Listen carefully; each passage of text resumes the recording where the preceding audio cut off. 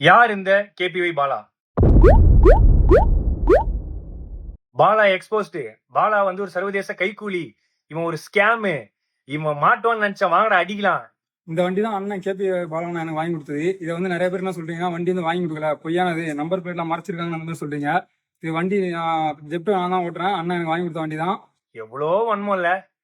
சரி ஓகே, நானும் வந்து இந்த இந்த 2 நாளா சரி ஓகே இது ஓகே இது இப்ப முடியும் அப்ப முடியும்னு பார்த்துட்டு இருந்தேன். ஒரே ஒரு படம் பண்ணேன். அந்த படத்துக்கு அப்புறம் இவ்வளோ வந்து ஏதாவது ஒண்ணு பண்ணுவாங்கன்னு எனக்கு சத்தியமா தெரியாது. ஒரு சின்ன கான்ட்ரவர்சி ஒன்று போயிட்டு இருக்கு இந்த ஆம்புலன்ஸ் ரிலேட்டடா. ஆம்புலன்ஸ் பாத்தீங்கன்னா கொடுக்குறப்ப இல்ல டிடி அப்படின்னு சொல்லி மென்ஷன் ஆயிருக்கும்.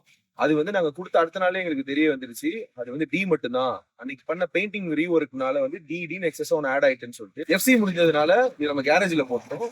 அதுக்கு ரீப்ளேஸ்மெண்டா ஆம்புலன்ஸ் கொடுத்து அது பயன்பாட்டுல இருந்துட்டு தான் இருக்கு மக்களுக்கு. அதுல எந்த விதமான பிரச்சனையும் எதுவுமே கிடையாது. சோ இந்த ஆம்புலன்ஸ்னால எவ்வளவு குழந்தைங்க பிறந்தாங்க, எவ்வளவு பேர் உபயோகம் அடைஞ்சாங்க, எவ்வளவு உதவி பண்ணுச்சுங்கிறத பத்தி யாருமே பேசவே இல்லை. இந்த ஆம்புலன்ஸ் வந்து ஒரு நம்பர் பிளேட், ஒரு டி பிரச்சனை, சின்ன டி, அந்த டி பிரச்சனையை வச்சுக்கிட்டு எவ்வளவு பண்றாங்க. இந்த ஆம்புலன்ஸ் மூலியமாவும் இந்த எத்தனை ஊருக்கு தண்ணி இல்லாத ஊருக்கு தண்ணி கிடைச்சி அந்த ஊர் மக்கள் வாழ்ந்துட்டு இருக்காங்க, எவ்வளவு ஆட்டோ டிரைவர்ஸ் இருக்காங்க. அது மட்டும் இல்லாம இந்த ஆம்புலன்ஸ் எவ்வளவு பேர் பொழைச்சிருக்காங்க இந்த ஆம்புலன்ஸ் சர்வீஸ்ல. அது இல்லாம எவ்வளவு பசங்க வந்து படிக்கிறாங்க, இதெல்லாம் சொல்லக்கூடாது. அதெல்லாம் யாரும் நம்ம வந்து நல்ல பண்ற விஷயங்களை, பாசிட்டிவான விஷயங்கள் எதுவுமே போடுறது இல்ல. ஏதோ ஒரு சின்ன டி ஸ்டிக்கர் பிரச்சனை, அதை வச்சுக்கு நீ எக்ஸ்போஸ்டு முகத்திரை கிழிஞ்சது, அதுலயும் ஒருத்தர் போட்டிருக்காரு சர்வதேச கைக்கூலியா. ஐயா நான் தினக்கூலி, அது கூட பரவாயில்ல. இந்த ஹாஸ்பிட்டல் வந்து இவன் கட்டுறான், எப்படி இவனுக்கு உள்ள காசு? ஏங்க நான் ஈவென்ட் போறேன், நான் வந்து ஆங்கரிங் பண்றேன், நான் படம் நடிக்கிறேன், ஆட் ஷூட் பண்றேன், அதை தாண்டி நான் ஃபாரின் ஈவெண்ட்ஸ் போறேன். இதுலயும் வந்து இவருக்கு ஃபாரின்ல இருந்து யாரோ காசு தராங்க. யாருங்க காசு தருவா அந்த காலத்துல? என்கிட்ட ட்ரஸ்ட் கிடையாது, என்கிட்ட எந்த விதமான கிரவுண்ட் ஃபண்டிங் ஆக்டிவிட்டிஸ் பண்ற எதுவுமே கிடையாது. நான் சொந்தமா சம்பாதிக்கிறத மட்டும் தான், நான் டே நைட்டா ஓடி சம்பாதிக்கிறதா பண்றேன். அதுலயும் எப்படி ஹாஸ்பிட்டல் கட்டினா அவ்வளவு காசு வேணுமே, இவ்வளவு காசு வேணுமே? ஏங்க நான் வீடு கட்ட வேண்டிய அந்த கால் கிரவுண்ட் இடத்துல பின்னாடி அமுதவானன் ஒரு கால் கிரவுண்ட் வாங்கி அரை கிரவுண்ட்ல வீடு கட்டுற இடத்துல நான் வந்து ஒரு சின்னதா ஒரு கிளினிக் கட்டுறேன். அதுக்கு வந்து சொல்றாங்க எப்படி வந்து இவருக்கு இவ்வளவு காசு கிடைக்குது? ஏங்க இதே நான் வந்து ஒரு 1.5 கோடி ரூபாய்க்கு லக்ஸரி காரும் ஒரு அடுக்குமாடி வீடும் கட்டியிருந்தா உனக்கு எந்த பிரச்சனையும் வந்திருக்காரு நிறைய பேர் சொன்னாங்க. பட் அந்த அடுக்குமாடி வீடுக்கு பதிலா அந்த ஹாஸ்பிட்டலும் இந்த லக்ஸரி காருக்கு பதிலா ஆம்புலன்ஸ் வாங்கணும்னு நினைச்ச ஒரு விஷயத்தினால இவ்வளவு பிரச்சனை வருது. இப்ப கூட நான் வந்து எதுக்கு இந்த வீடியோ போறேன்னா, சரி ஓகே நேத்து இது முடிஞ்சிடும் நினைச்சேன்.